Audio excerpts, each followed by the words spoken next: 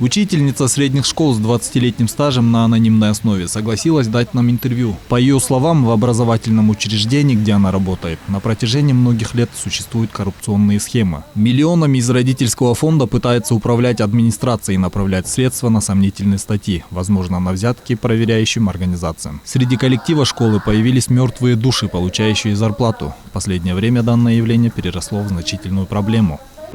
В этой коррупционной схеме роль завучей огромная. По сути, получается, они исполнители. Например, при сборе денег они отдают приказ учителям собирать деньги. Если те отказываются, то начинаются гонения. И если учителя поймают с поличными правоохранители, то директорам школ дают только выговор, а учителей увольняют. Через 6 месяцев, как ни в чем не бывало, выходят на работу.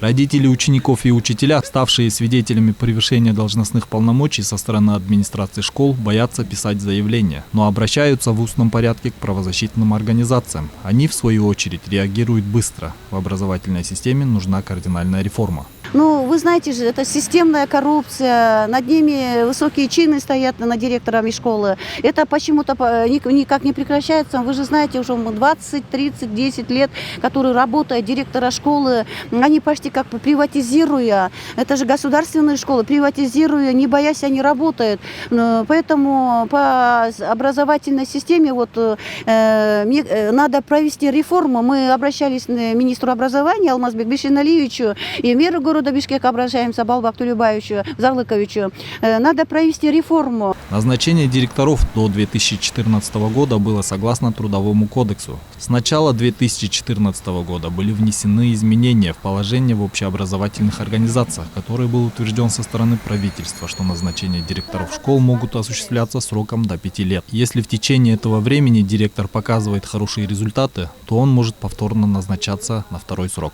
И оно у нас сейчас в настоящее время работает, но этого недостаточно, поэтому мы сейчас в настоящее время разработали критерии оценивания руководителей общеобразовательных организаций, потому что в любом случае качество образования несет Министерство образования. И поэтому мы будем этими критериями оценивания будем рассматривать результаты руководителей общеобразовательных организаций.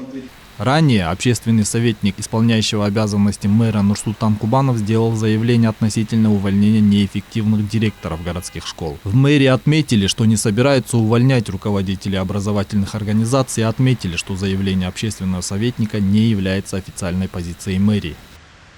Кроме того, во время выборной кампании многие директора школ являлись членами участковой избирательной комиссии. В соответствии с действующим законодательством Кыргызской республики, член избирательной комиссии во время проведения выборов и в течение 6 месяцев после них не может быть ротирован или уволен без его личного согласия. Стоит отметить, коррупционные отношения могут возникнуть в школе на любом этапе, начиная от приема в школу до результатов ОРТ. Головной болью для родителей становится репетиторство и различные дополнительные задания. За дополнительную плату, разумеется, отмечают специалисты. Азамат Кенжешев, Алтынбек Саакиев, Нью ТВ.